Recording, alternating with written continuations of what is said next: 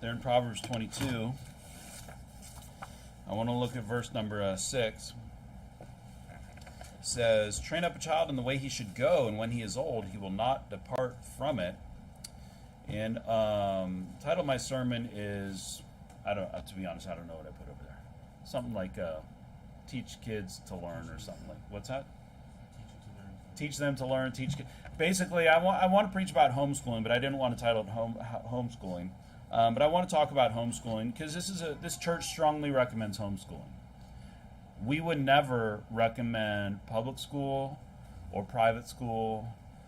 We would always recommend homeschooling. And this is a great verse here showing that, the parent is supposed to train the child in the way that they're supposed to go. Okay? I think education is very important. Now, there's different types of education, right? There's all kinds of different types. When my son has been homeschooled for a little while, and I'll go over that just to tell you where I'm coming from. But we take it seriously. And the objective of this sermon is kind of outline reasons for homeschooling and maybe give some advice. You were homeschooled, right, brother? And I think your wife is homeschooled. Is anyone else in here homeschooled? No. Okay. My son's homeschooled, right? And if you look in the Bible, I'm gonna open with a word of prayer. Heavenly Father, I pray that you help me to preach this message, and that it be edifying to the people here, and that it be pleasing to you. The things that I say in Jesus' name, I pray, amen. And I am going to give some of my opinions, because ultimately it doesn't say, Brother Wynn, train up your child. Does it say, Brother Wynn, or train up your child? It doesn't say that. It says, it's talking to you. It says, you train your children. You raise your children. Okay, that's what homeschooling. Fundamentally, that's what homeschooling is about, is like you teaching your kids, okay? Instead of sending them off to the school industrial complex, right, where they turn your child into merchandise, there's no schools in the Bible. Like, there's this one lady that was like in a college, but it's not talking about university, okay? Whenever people are taught in the Bible, it's either by the prophet or by the parents, or some religion, like Saul was raised at the feet of Gamaliel, right? Basically, that was his spiritual leader, and he was raised up there. If you think of Samuel, he was raised in the temple, and he was taught in that environment, right? So I'll give you a little bit of introduction. My son's been homeschooled for 8 years now. Now he is in a school, okay? He has actually, in BC, you actually have to be part of, a school. Officially, you have to go to school until you're 16. I don't know if there's ways you can get out of school before you're 16 and join the workforce at 14 or 13. You could figure that out. But basically, he's part of a school, but he learns at home. All right? And there's apparently like 3 types of students when you go join one of these homeschooling schools. You have a registered student, which just means you're just signed up. The government knows about you. And your parents deal with everything. Then you've got the distance learning, which is that's what he did, where there's a support teacher that helps the mom or the family, just make sure that you're meeting the guidelines for the government, so that you don't have any problems with the government. The support teacher never talked to my son one-on-one, as far as I know.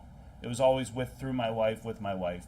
He was just there to make sure my wife was preparing all the stuff required to show that you're in compliance with the law. Okay.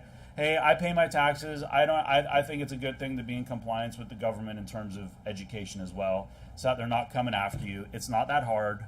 And here's the thing about homeschooling: you can satisfy requirements in a way that you want. Okay, that's a good thing. You don't have to put them through like the BC government sexual education program. You just be like, they knew each other. You see, that's what the Bible talks about. You don't need to know anything else until you're older, child. Okay, so we covered it. Yeah, we covered it. Government. You can show them from the Bible. Okay. And then you have the other one is like special ed or something, or you have like in-person classes. So he didn't join any classes, online classes, until he was like maybe 14, 10th grade. Before that, he took a couple like science classes or something like that, where he had like a teacher at the school. Woodworking was another one, where honestly the guy gets paid to do nothing. Seriously, the guy gets paid to do absolutely nothing. I have no idea how that guy's a woodshop teacher. He does nothing. He's like, maybe you should put some dowel pins in that wood. Okay, so you just earned your paycheck. I recommend the distance learning, and just so you know, my wife did 99.9% of the work, at least. Okay, that's being generous to myself. She has experience teaching kids. She was like a babysitter nanny when she was younger for full time for some kids.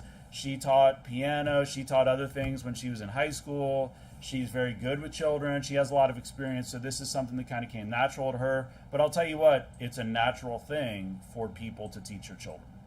All right? So don't be discouraged. One thing I don't want you to be is discouraged about homeschooling. But she's really highly motivated. She's highly focused. If you've ever talked to her, you know how she is. She can be a little, let's be honest, she can be a little intense sometimes. Okay? But she brings that to homeschooling. So homeschooling at the Fisher household was pretty intense. We're talking like there'd be some 10-hour days sitting behind the desk doing the work. Okay? Now that's how it was in my house, because that's how I'm like, sure. What else is he going to be doing? Might as well be doing something. Why not learn as much as you can? And so it worked. Now, if you don't want to do that, then you will figure out a program that suits your children in your household, right? And what she was able to do might not suit other families, and that's fine. So for the first 6 years, he had a support teacher. I'm just giving you a little bit of background so that you understand how the program works. He joined, and I guess 8 years ago. What are you in, 11th grade, 5th grade, 4th grade? Because he went to 4th grade. He went to a private school for a year and a half, and then he went to a public school for a couple years, and then one public school because we pulled him out of the private school because it was horrendous, and then he went to two public schools in total, and then we homeschooled him. He had a support teacher for the first 6 years. It just basically helped to make sure that everything was in order. If my wife had questions about curriculum, if she was wondering, hey, what are my options in terms of books? How do I order books? Where do I go? This person was able to help. He's actually he was in one school, and then we took him out and put him in another school. Because at first that school was really great with the support teacher, and then the next support teacher was like a monster. And so we moved him to another one. And it's been pretty good there. They don't butt in. Now he's in this graduation program, which you have an option to do 10th, 11th, 12th, which I don't really know what it is, but now he's part of online classes. He has teachers. My wife has basically backed off a lot. She still does like piano and some other things, and she manages to make sure he's in school. But a lot of it is him on his own.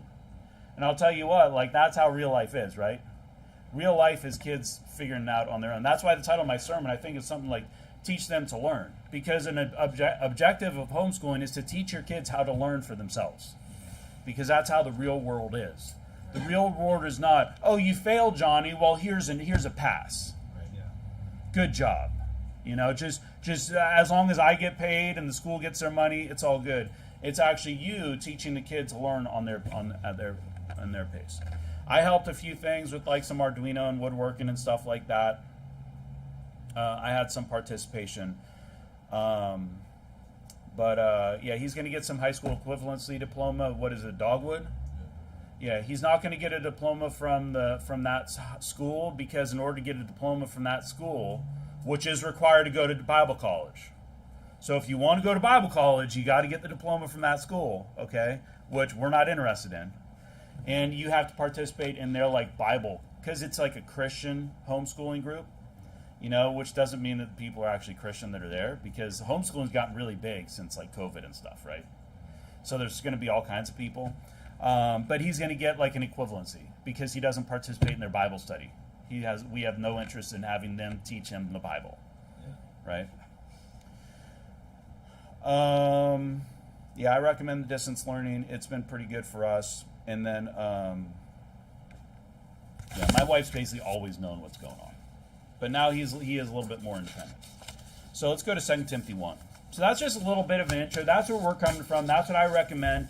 If you want to do the registered program where like no one's helping you out, like you can do that. But to be honest, then you're kind of on your own, because my wife is not a support teacher. Like she's an experienced homeschooler and she can help with things, but she's not going to like sit down with you and plan out all of your curriculum and do everything for you, okay?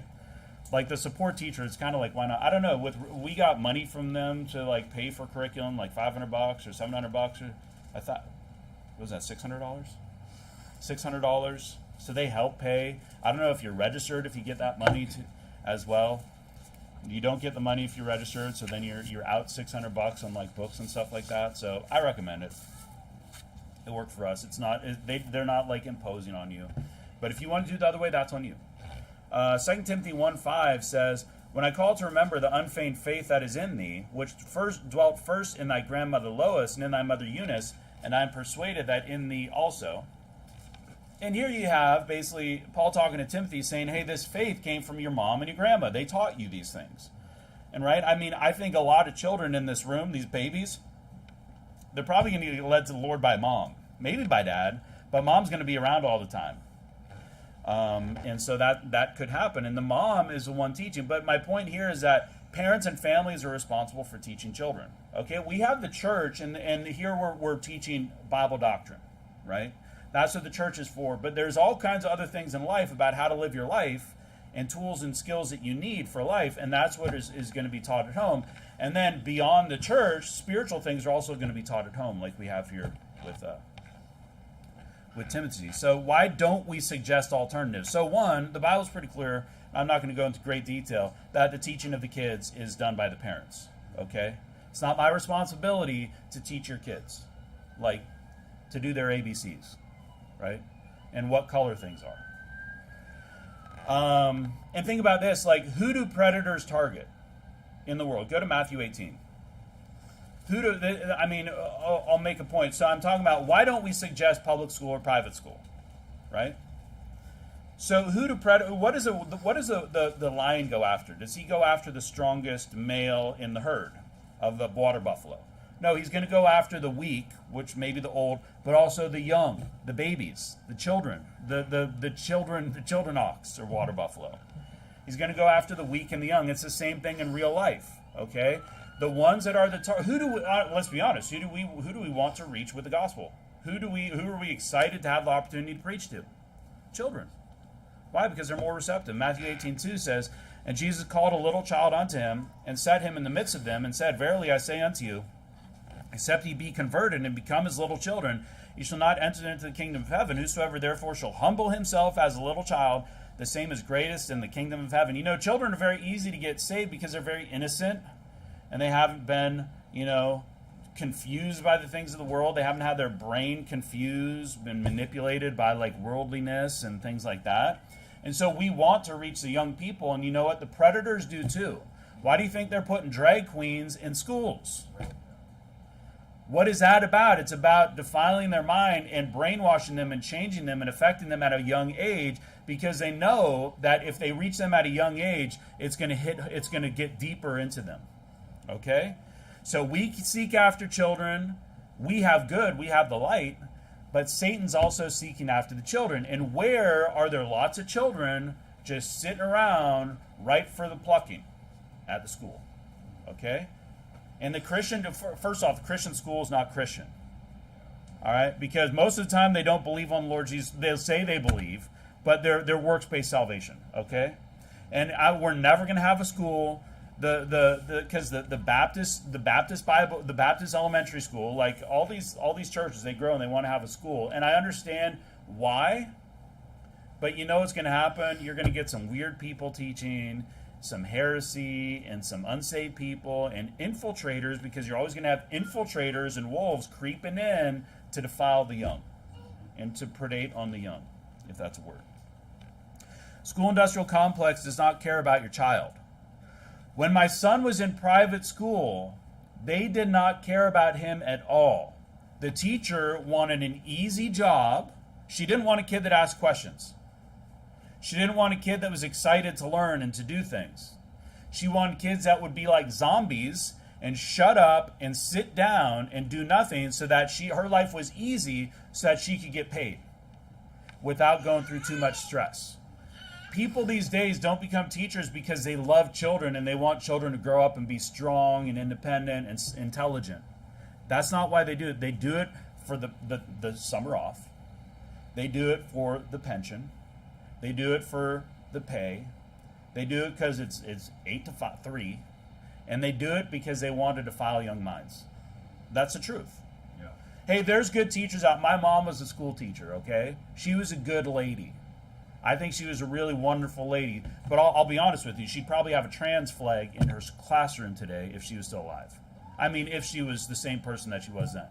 Because she was very open-minded, accepting, and that's why this happens. Even good, decent people can get let. Look at the community church. You're supposed to be godly people, and they're like, oh, just bring them in. We should love on everybody. Oh, we should love on everybody. You know, they're driven by money, and they're driven by their wicked doctrine and their wicked agenda. Look at these, you seen this video of this bearded guy that says he wears high heels when he's teaching his kids in school?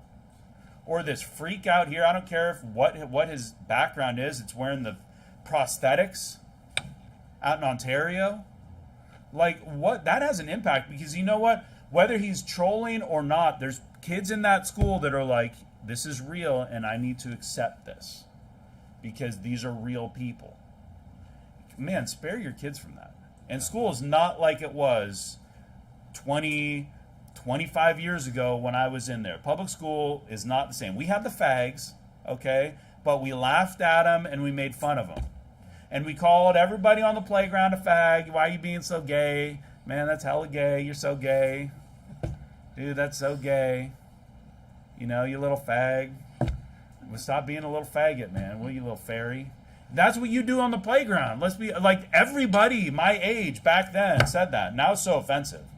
That's how everybody was. Like, give me a break. And now if you say something like that, you're like canceled for hate speech.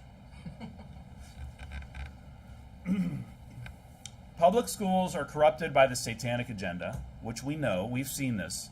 Like, I don't have to explain that to you. Like, the liberals have taken over the public school system. It's not safe. It's not safe. You know, not to mention, you don't just have the teachers, you have all these worldly kids. My son was in school one time, and he's walking by a classroom, and there's like the Eye of Horus, the Illuminati symbol, on the whiteboard that some kid drew. Why? Because they don't know what they're doing. They think that it's a cool symbol. And so they draw it up there, and then some other guy's drawing something up there. Pretty soon they're going to have Baphomet hanging on the wall. Private schools are no better. I've heard, you know this guy, Mark Dice? I listen to him. Sometimes I like the stuff he says. He's a YouTuber. And he's like, you got to get your kids out of public school and put them in private school. And I'm like, oh, you Lutheran? He's a Lutheran, by the way.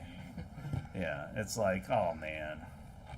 But, I mean, private schools are almost worse. They're all about the money. They just want the money. They just want the reputation. You know what they'll do? They'll just, if you give them money, you can get away with anything. I was talking to my wife. We were talking about like the private schools in Boston. She went to a private school in Boston, and she went to this like crazy private school, like because they're traveling. The basketball team traveled, and they went there. They had like a 6-story library, Olympic-sized swimming pool. Exeter. Anyone ever heard of Exeter? It's out in Boston, and I was saying, you know what? Schools like that, they love bad kids. You want to know why? Because dad's going to fly in on a jet, and he's going to go down with the headmaster, and he's going to be like, I would like to just, maybe we can move on from here. Here's a check for $10 million. And then they just brush it under the rug. All these private schools are all just about money. How do we make more money? Kids are money. You know, one time we went at his private school, the teacher's like, oh, how do we get more attention? A mom was like, how do we get like more attention or something from the school? My wife's like, give them money, give them a couple grand. And the next month, you know, their kid was on the front of like the newsletter. That's how private schools work. They don't care about kids, they care about money. That's all it is. So corrupt. And you get these wicked, elitist people who think they're like elite because they go to private school, even though they're like eating cup ramen at home every night so they can put their kid in private school. But they think they're so much better than everybody else, you know, that go into public school that's like eating beef for dinner. You know what I mean? Like seriously, there's this family there. They get their kids in there, and they can't afford any. The guy's a psychologist and she's a nurse. They got 3 kids in private school. They're like, we can't afford anything. I have nothing. It's like, dude, You bringing in like $300,000 a year. What are you talking about? It's crazy. And his Spanish teacher literally almost got fired and canceled because at the Christmas play, she tried to sing like a Christian song. She's Spanish, she's Catholic. She wanted to sing something about Jesus. Meanwhile, they got like the menorah all over the place, and they got like the Sikh. They take him to a Sikh temple for like a field trip, and they got all the Islamic thing. They probably got a rug somewhere people can lay down on. But if you talk about Jesus, you're going to get canceled. Because, it's just like the world. They're so accepting that private schools know better, okay? And, to put them in an all-boys school. Come on, these days, it's more like a mostly fag school. Let's be honest. But public-private school, hey, here's the thing. If you want to put your kid in public or private school, that's on you, okay? You can still come to this church. We have kids that I went to public school. We got kids that go to public school. But you got to make sure that your kids understand. First off, you better have a darn good reason. And if it's just so you can have more money, like that's not a good reason, as far as I'm concerned. Now, if that's your choice, that's your choice, right? But you better prepare your kids so that they're aware of all these things and so that they've got a shield up, so that they are protecting themselves. And to send like some kindergartner into one of these schools, man, that would be so scary. Or preschools or something like that, man, I don't even know what it would be like today. It's like basically you're putting your little baby lamb out into the wolves. That's what you're doing. It's dangerous. I would never recommend it. I would never do that. Let's go to 1 Corinthians 13.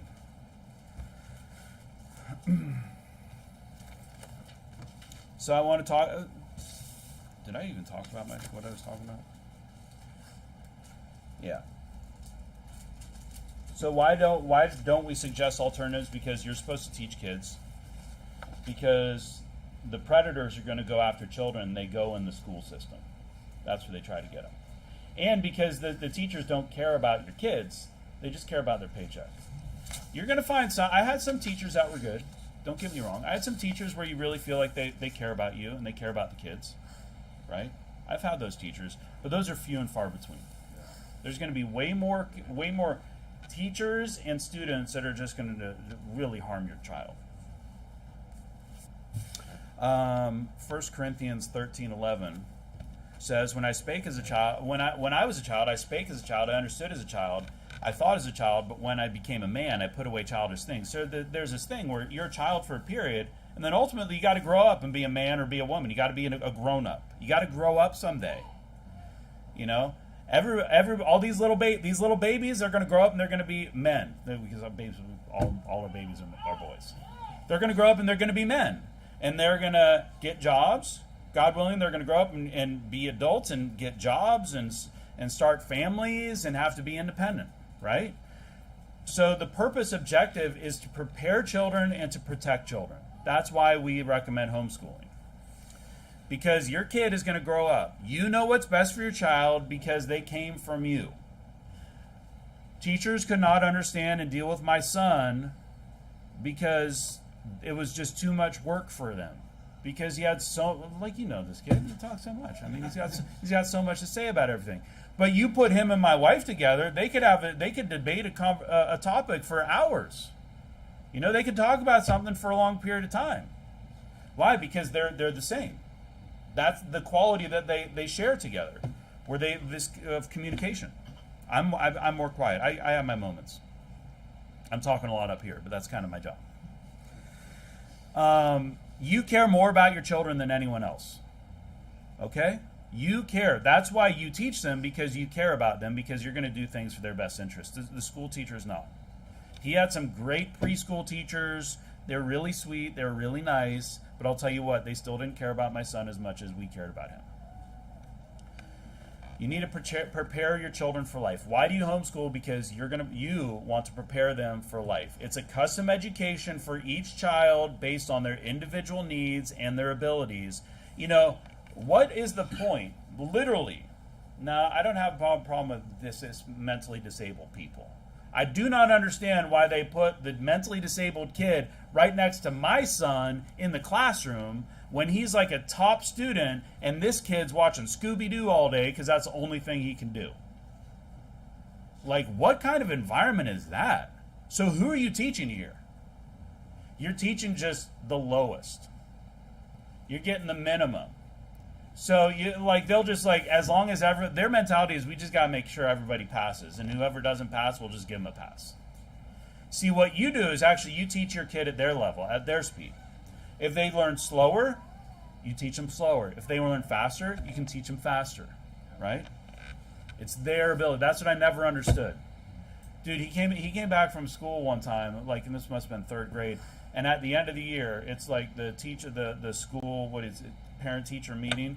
There's like, oh, here's his work for the year, and it's like this thick. No joke. It's like 20 pages. It's like, that's what he did this year? She's like, yeah. It's like, what in the world? That's when we're like, we got to go. This is crazy. What a waste of time. Just sitting in a seat just so they can get paid. You know, there's coming a day when, God willing, your child's going to be an adult, and the government has no idea what they need to be successful. Now, they're going to have some guidelines. Oh, do this and do that. But they don't really know. They don't really care. Okay? And they're just going to keep lowering the standard to make sure that everybody passes. Right? You want to teach them real, valuable skills. What you wish you knew and the skills that you wish you had to prepare them for the future that you want them to have. See, that's one thing that you need to do as a family. You need to say, what are we preparing them for? Right? Are we preparing them to get a liberal arts degree in lesbian poetry at, University of Sodom? Is that what we're doing here? Or are we preparing them, maybe you're preparing them to go to university. Maybe you just want them to have the skills they need to work in a trade, maybe start their own business someday and raise a family. Maybe you're going to talk about things. Maybe you're like, I just want this kid to get out of the house as soon as possible. This kid's driving me nuts. You got to come up with your plan, and then what do? You prepare them for that. You don't need to prepare them to be a rocket scientist if they're never going to be a rocket scientist. You know what I mean?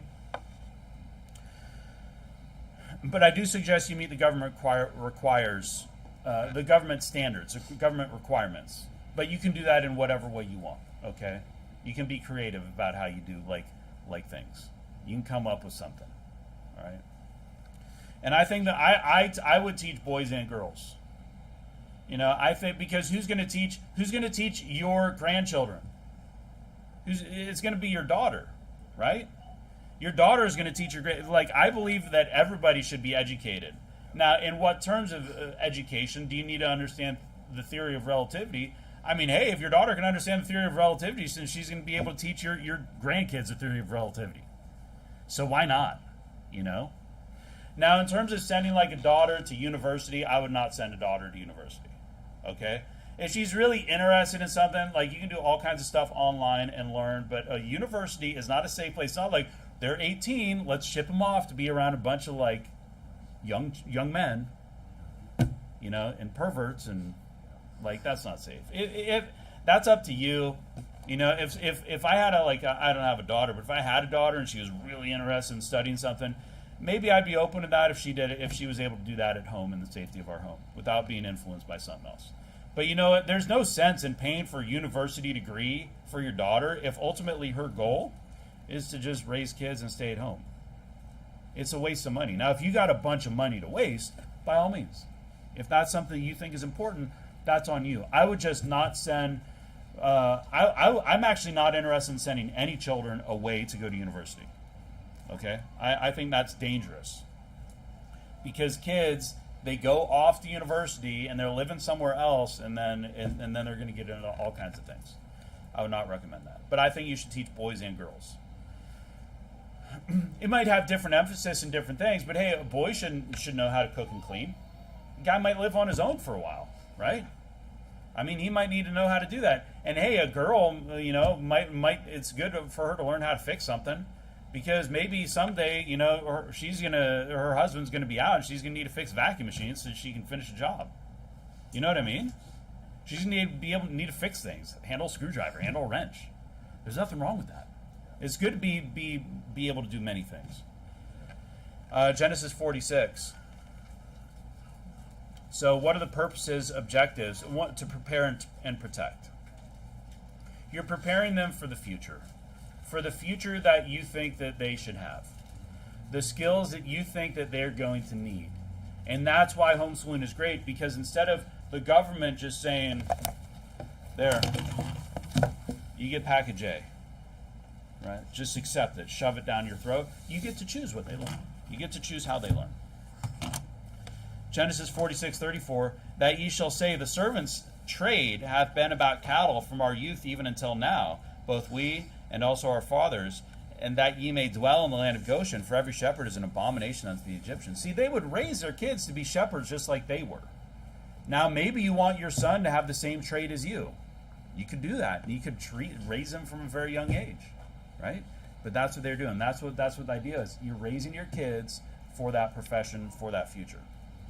You're also protecting your children from undesirable influences. That's an objective. Why do we homeschool? To protect our children from undesirable influences and undesirable people, okay? You need to keep that in mind, because there's some people that get really confused with homeschooling, and they end up, they say, we're homeschooling, but then they do all their classes outside. You know, I would not have my son join an online class as like a first grader, okay? With the teacher, who you don't know what they're saying or what they believe, or the kids and you don't know where they're coming from, or send them off to some classes somewhere else where you don't know what's going on. Because a lot of these homeschooling people, they actually barely teach anything at home, and they just pay for a bunch of classes. And it's like, what's the point? You don't know what they're teaching. We even knew these because that's how it was where we live.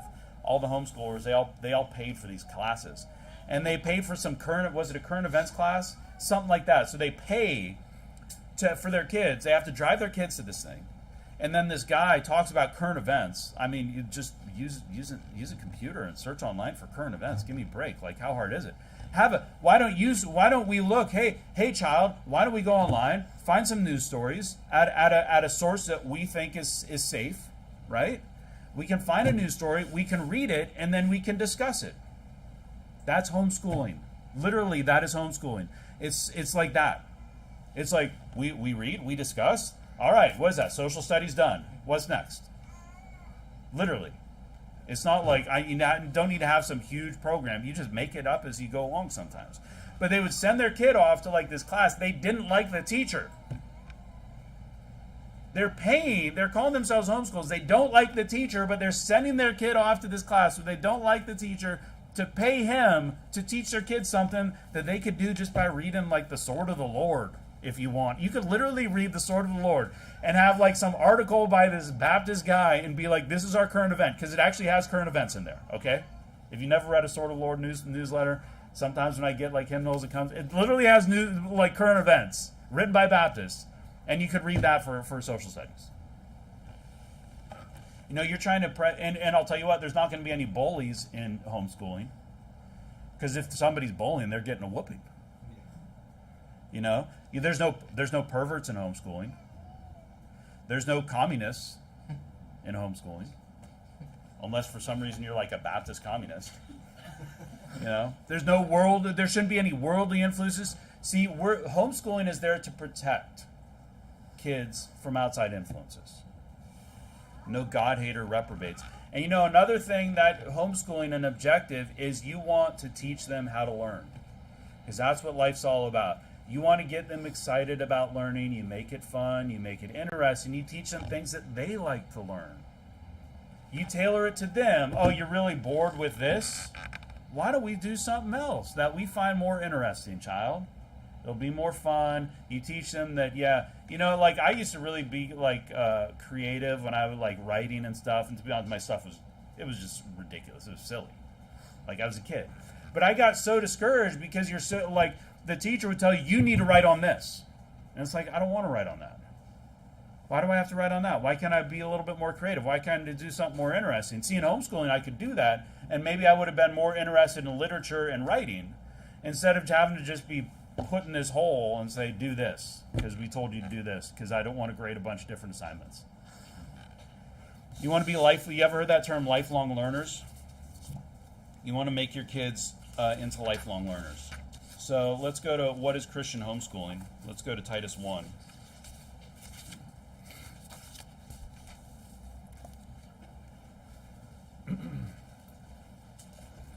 So first off, the foundation has got to be the Bible. Okay, we're independent, fundamental Baptist. We're Bible believers. Your foundation needs to be the Bible. You actually have the opportunity to teach your children through the lens of the Bible. Now, for some ages, you're going to shield them from worldliness.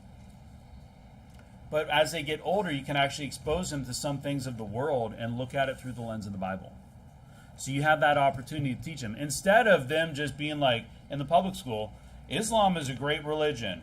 Hinduism they're all great religions. They're all wonderful. They all teach the good things. You know, let's write a compare and contrast, like the benefits of Islam and Hinduism versus whatever. It's like, no, you don't need to do that. You talk about why Islam is wicked and why Hinduism is wicked, and you have your kids write about that. You look at the world through the Bible, through the lens of the Bible. Okay, that's the foundation. So whatever you're doing, and then it's on your terms how you teach them more complex or socially relevant topics, okay? Parents determine what children learn and how they learn it. That's your choice. That's what homeschooling's about. That's what homeschooling is. Instead of the system telling you what to teach your kids, they might say you need to satisfy this requirement. You need to satisfy a math requirement, an English requirement, social studies requirement, some kind of PE requirement, and you just do something. Hey, little kid, why don't you run and touch that wall, and then touch that wall, and do that for like 5 minutes? Okay, just do some back and forth, you know, and then I don't know, 10 minutes later, like PE's over, and the kid's like all ready to take a nap. Like, that's PE. You do what works for you. You know what I mean? Or these guys are like, okay, give me 100 push-ups. They're gonna be like, Dad, I'm only 5 years old. You'd be like, 110. Now it's 110. You control the information going into your child. That's the benefit of homeschooling. Okay, you choose a curriculum, but here's the thing: you do have to spend time. You have to figure things out, and you have to plan, because not all the stuff is good. So you take some from here, you take some from there, and you put something together that works. Okay, and that's what my wife did a lot of. All or a majority of this is done at home. You might have field trips. You might have some stuff that you do outside. My son did take a couple online classes, you know, but honestly, you can do so much on YouTube these days. And all or majority is done at home by mom. All right, mom's going to do this. Dad works all day, okay? Dad works all day. It's not fair for him to have to come home and teach like 3 hours of something or an hour of something. And you expose children to the world on your terms as necessary. All right, you teach from a biblical standpoint, and you expose the lies of the world. That's what homeschooling's about. You're not lying to the kids, you know. You're just exposing them. You're just teaching them on your terms. Go to Proverbs 27. So I'll give you some advice. One is homeschooling takes work. Right? I'm not going to say you get out what you put in, but it does take work. You have to kind of figure things out. Now, the good thing is, when you have a 1-year-old or a 2-year-old, like, you don't really have to teach them a whole lot. You know what I mean? It's not like you're teaching them complex things. How am I going to teach them advanced physics?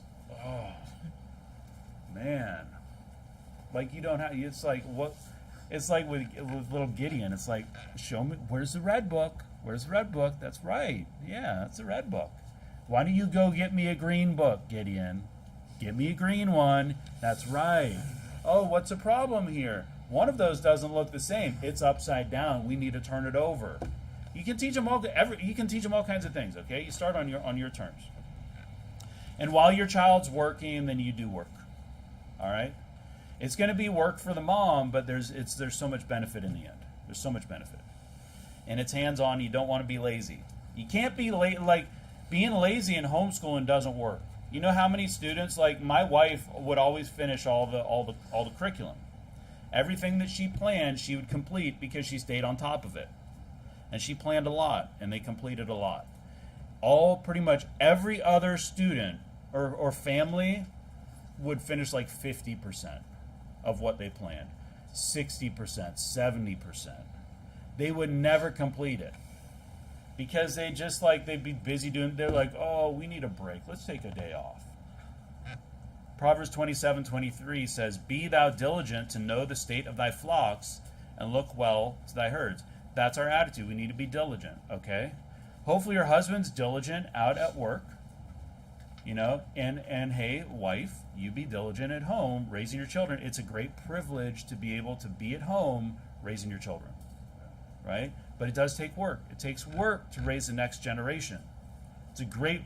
Moms have the greatest responsibility to raise that next generation, okay? And it does take work, but it's very valuable. It's a very important thing. Go to 1 Thessalonians 4. And one thing is apparently there's this thing in homeschooling, like you should never give your kids a hard time. I don't know about you, but I don't want my son growing up soft and used to making excuses for everything. I don't want him being like always pushing back deadlines and asking for something like, do I really need to? Hey boss, do I really need to finish it tomorrow? Because I'm just having an off day. I think I need a personal day. Hey, no, I want a son who's like, I'm not feeling great, but you know what? I'll get the job done. You can count on me, boss. Yeah, I'll get it done. You got to keep your kids accountable. And I would say set as high standard as possible as is reasonable for your children. Okay? Have high standards in your household. You can provide an education that far exceeds any public or private school if that's what you want. All right? It just takes some time, and you need to make sure that you maintain that standard. But you should be reasonable. 1 Thessalonians 4:11, and that ye study to be quiet and to do your own business and to work with your own hands as we commanded you, that ye may walk honestly toward them that are without, and that ye may have lack of nothing. This is what we want. We want kids that are going to study to be quiet, to do their business, to work with their hands, to walk honestly. That's the outcome of homeschooling. You're going to teach hardworking kids that just do their business and get the job done. That's what we want. And that's what you do. You got to keep your kids accountable. A lot of homeschooling families fail. And oftentimes because they try to do too much stupid stuff. Too much stupid stuff. And I think I'll talk about one of those things later. And plan in advance, okay? Homeschooling takes planning. Your wife might struggle with this, guys. You're going to have to help them with that. But ultimately, the wife, especially in the beginning, it might be difficult. Help them with that. But ultimately, it's the wife. It is the wife's job. It's her responsibility. Yet another thing that she has responsibility of. Be prepared. Be organized. Schedule the year. Schedule the week. Schedule the day. And when needed, you catch up. If you're always falling behind, you're never going to complete it. You got to catch up sometimes. All right. But if you're also finding that if you're doing your best, you find that you're falling behind, maybe you need to adjust the plan a little bit. You know what I mean? And with little ones, it's not that important. That's why it's great to, we started when he was in third, fourth grade. I forget already, but fourth grade. But a lot of people in here are going to start when they're newborn, basically. You're going to have that mentality that your child will be homeschooled, right? I think that's probably the majority of the mentality in here, that we're going to have homeschool kids. So you already start. And you're going to start early.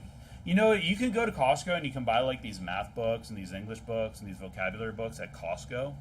We did that for years, and he would just do stuff on the side. That was his math books. You can go to all kinds of places, just get little books and stuff like that. Go to Ecclesiastes 3. Here's something I think is important. Have a dedicated time and space for homeschooling.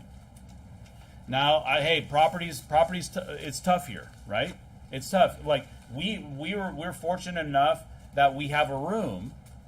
It's a small bedroom that we basically dedicated to homeschooling. All right. It had a big table. My wife had a chair. My son had a chair, and that was school. You better be in school at 8 a.m. or 9 a.m. or whatever the time is. You have a time. And you better be in your seat, and you better have all of your stuff done before then. You better get out of bed and brush your teeth and wash your face and have some food and do whatever's necessary. We better be ready because we're starting, just like at the school system, okay? Like at your job, you don't just show up whenever you want to. You teach them that routine. You teach them that schedule, okay? So that you can get in school mode. And hey, if you don't have a whole room, then what you do is you say the kitchen table from 9 to 3 or whatever your time is school. All right? So we're going to clear off every morning at 8:45. We're clearing this off. We're setting it up. This is school. You better be in your seat in the morning. Set something aside. Make it. Don't be like, where are we going to do school today? On the couch or on the bed? Or what are we going to do? Let's just roll around on the floor and call it school. Like, have a dedicated place, okay? Take it seriously. Have a routine. And don't let mundane things get in the way. Ecclesiastes 3:1 says, to everything there is a season and a time to every purpose under the sun. Hey, have a time for a purpose. And that's homeschool. There were times, like, they didn't even take stat holidays off. That's how it was. I'd be like on a stat holiday at home and like they'd still be doing school. I'm not saying you need to do that, okay? But like that's how it was. It was like, no, I didn't. My wife's like, I didn't plan for stat holiday. I planned for 5 school days this week, and we're gonna have 5 school days this week. And if you're lucky, you'll get off at 2 p.m. But hey, have a clear routine, have a schedule. And that's going to make it easier for you to say, hey, I'm going to sit down and we're going to start by reading the Bible. And as they get older, you know what, you can read on your own. And I mean, a lot of you're probably hoping to have multiple kids. And so maybe you're going to have to deal with one kid's doing their own thing and you're helping the other. But then you can also use that time for planning. You can have older kids helping younger kids. And you can do stuff on the side and plan it for the day and figure out what we're going to do. And maybe you're going to go outside, and maybe you're going to do this, maybe you're going to do that. It's like running a whole operation. You're running a whole thing. You're running a school. It is a school. It's a school at home. It's not like magic thing where we say we're homeschooled, and then we just do whatever we want. And then at the end, we have like intelligent children that are ready to go out into the workforce or teach their own kids. Like that's how the mentality is with a lot of homeschoolers. It's like, we're homeschooled. What's your kid do all day? Feeds the chickens. Hey, feeding the chickens could be something. That's like animal husbandry, okay? That's chores, that's good. But when all your kid does is like roam around in the backyard, like playing with worms with a stick or something, and like you think that you're homeschooled. Like it's this weird mentality, like what are they actually learning? If that's a mentality, then put them to serious work on the farm. Have them lifting hay bales and moving stuff around and doing something serious. It's actually going to be like what they're going to do in the future. Okay? You got to prioritize homeschooling though. Don't use it as an excuse not to do important things like, oh, I got to homeschool, so I can't make dinner, I can't vacuum, I can't do anything. Because I'm homeschooling. No, you have to. There's important things you have to do. Don't use it as an excuse, but don't let it be the first thing that you forsake. Now, obviously, the ladies have left the building. No, I'm just kidding. I see that happen. But hey, and I know that like the guys, are part of it, and that's one of my points. My next point is. Or one of my next is that dad needs to be involved, okay? But, ultimately it is on the woman, but it's a great responsibility, and they'll ease into it. Deuteronomy 6, go there. Hopefully I can wrap up soon.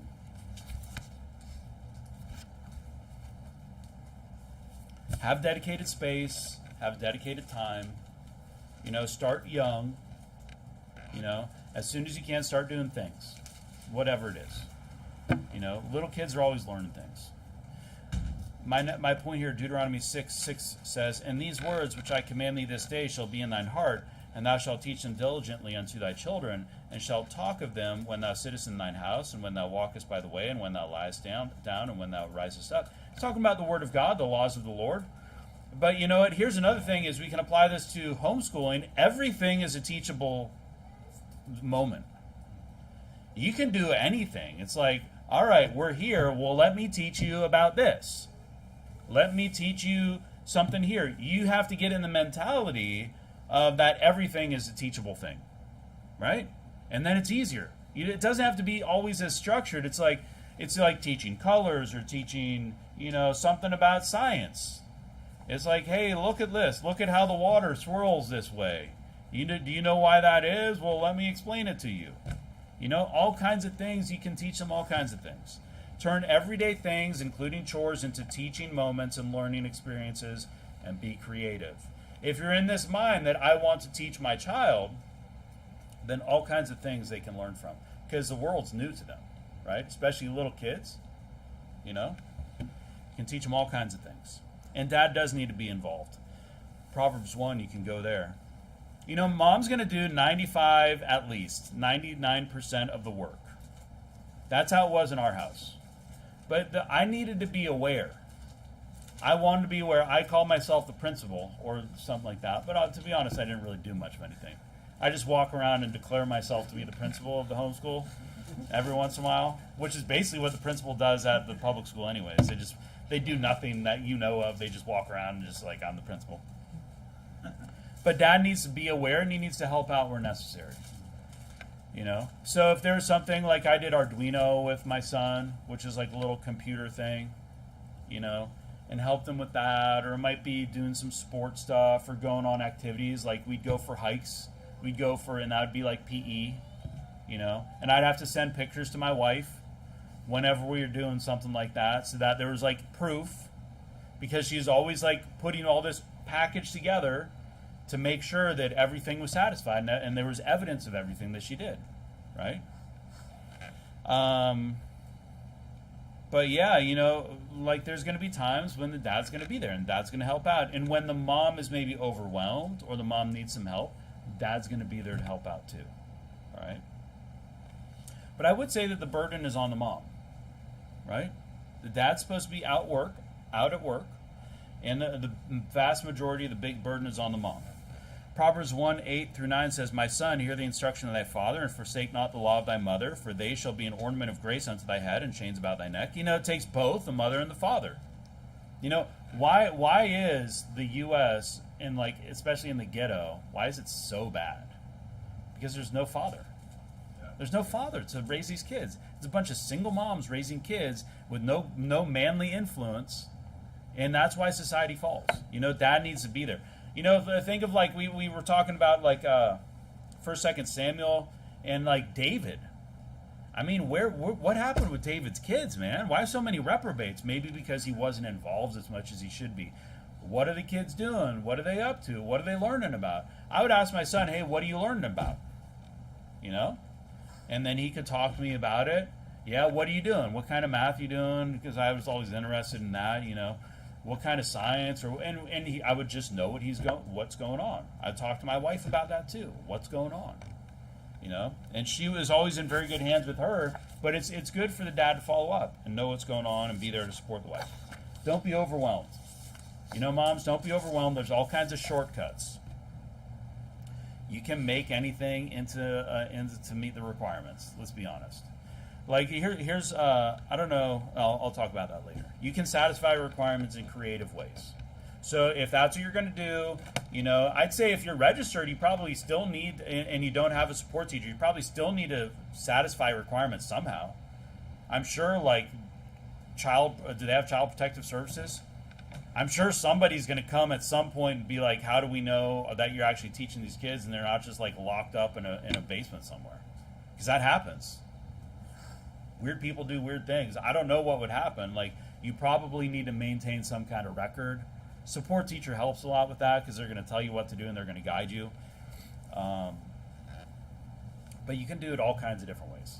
All kinds of different things. Like PE is running back and forth or whatever.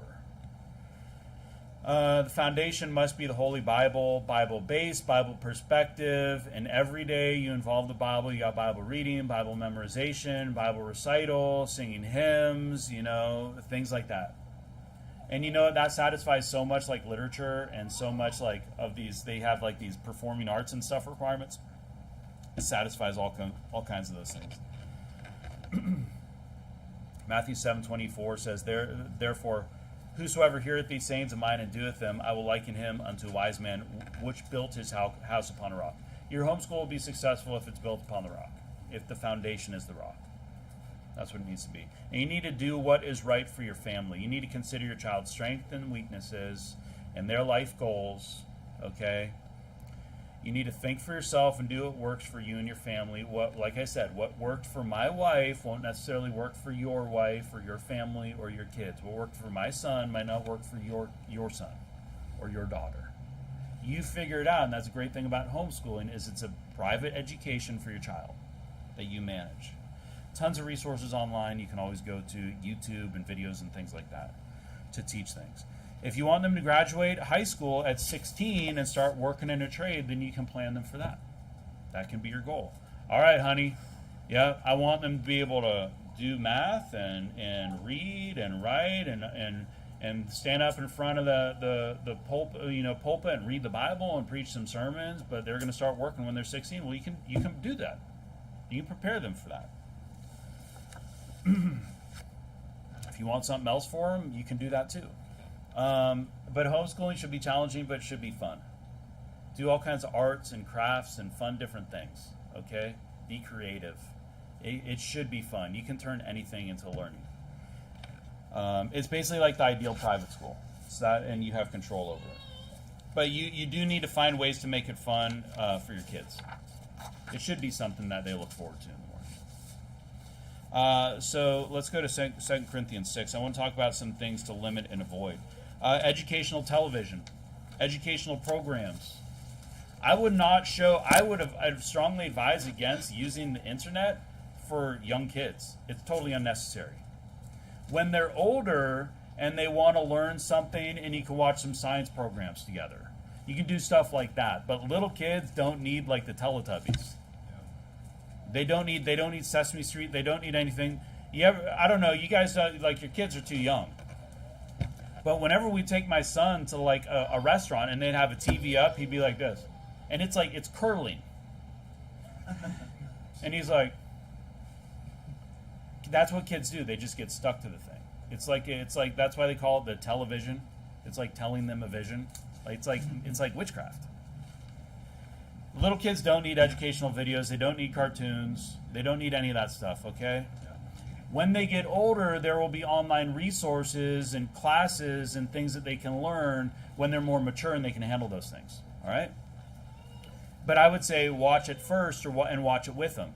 And then afterwards you can discuss stuff, okay?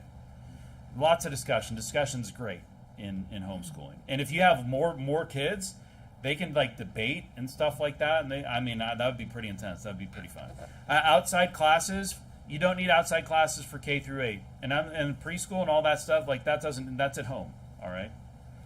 If you have to be enrolled at kindergarten according to the government, then you don't need outside classes. Now the only things that I would say, like if you're going to do some kind of like arts and craft, like maybe pottery, and you don't have the equipment, do something, take your kid there, but make sure that like you're overseeing it. Don't just leave them out. Just don't just take them to leisure center and just like let them run free. Or if it's a musical thing that you want them to do, or if it's some sport that you want them to do, maybe you don't have the ability, maybe you want to take them to class, that's okay. But like current events and teaching them like the ABCs and stuff, like your kid doesn't need to go to class to learn the ABCs. You just need to read a bunch of books with them. Read a bunch of books. Read them to them. Read them in front of them. That's how kids learn to read, okay? You don't need outside classes. You don't need anyone else's help teaching your children in the beginning. The purpose of homeschooling is to teach them on your terms, but a lot of Christian homeschool families enroll their kids in classes that take lots of time and money. As an example, there's this thing in the town we live in where all the Christian homeschoolers, they enroll their kids in this acting thing. It costs like $1,000, $1,500 a year per kid. And not to mention that each parent for each family has to volunteer like 20 or 40 hours because they put on a play, and they have to help with like the costumes and stuff. So you're paying your $1,500, and you're paying like 40 hours of your time to perform in a Disney-themed play. And some of these kids, imagine you guys have like 5 kids, $7,500 a year. Can you imagine? And we're not doing that. Disney's wicked as hell. Yeah. You know what my son did? He memorized the Bible verse. He got some props, just things, stuffed animals, things around the house, and he like acts out as he's reciting the verse. He acts out the verse using the props, and my wife records it and submits it. And that satisfied the requirement, and we saved $1,500 a year, and we saved all that time, and he memorized Bible verses. Like you don't have to do this. People overcomplicate, and that's why they don't finish their school, because they're so focused on all these outside classes and taking them here and taking them there and doing all this and doing all that and like spending all this money. It's like homeschool shouldn't cost money. Now you might have to spend some money on curriculum, because sometimes we would spend over like $600 for what they would give us at the school, and we'd have to spend a couple $100, maybe $300-400, because we get like packages. I don't know. It depended. But don't do these things. And these outside places. You think the person that's running that Disney acting thing is a saved Christian? No, they're reprobate. I'm pretty you know how they are. In the local Christian homeschool group, my wife was part of one of these until she started bringing up the Bible, and they start basically rebuking her for being King James only. And they're all Calvinists. They all love John MacArthur, and they're all unsaved, and all their kids are going to grow up and be like little reprobates because none of them are saved. Hey, I'm sorry, the local Christian group, homeschool group, is really not Christian. It's a local fake Christian homeschool group. That's what it is. Okay. Now we can have a little group here, because we're going to have like all these little boys, all these young children, and that can be a homeschool group. Okay. And, as a church, we'll do field trips and things like that. And, hey, that's great. But you don't need to go. Do you want your son to fall in love with some unsaved girl that he met at PE class with the homeschool group? It's not worth it. My son is not friends with any of those kids, and he does not want to be friends with any of those kids at that place. They're always really worldly. All the girls are going to be wearing pants.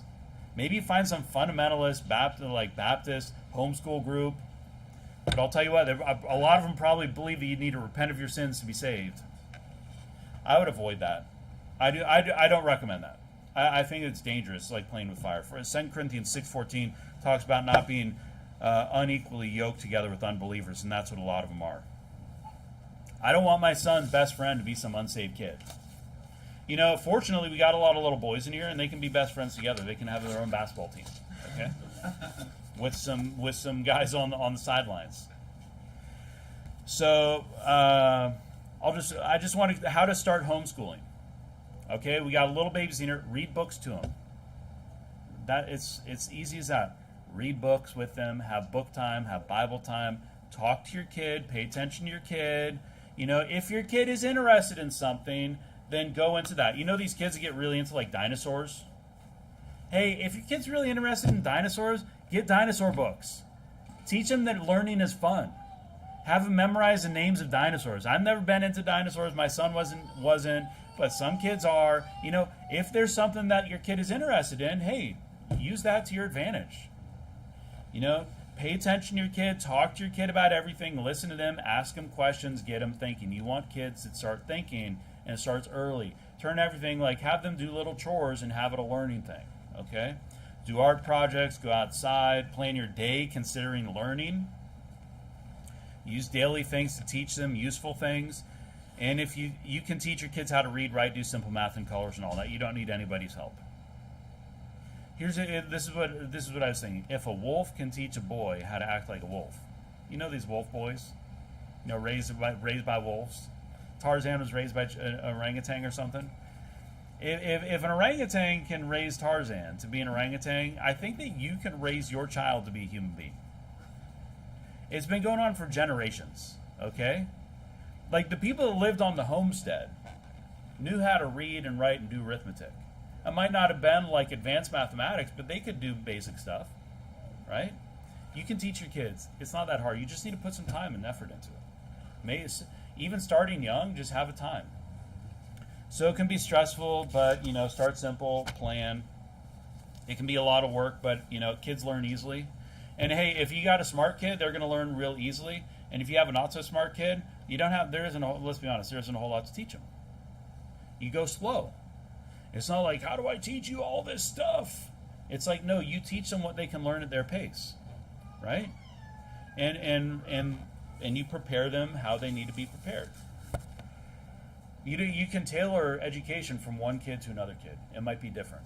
One kid might be more interested in one thing, another might be more interested in another thing. And if your kids are really smart, they can teach themselves from books. Buy books. Make sure they're not like have some wicked agenda. Get them books, and they can just be a book nerd.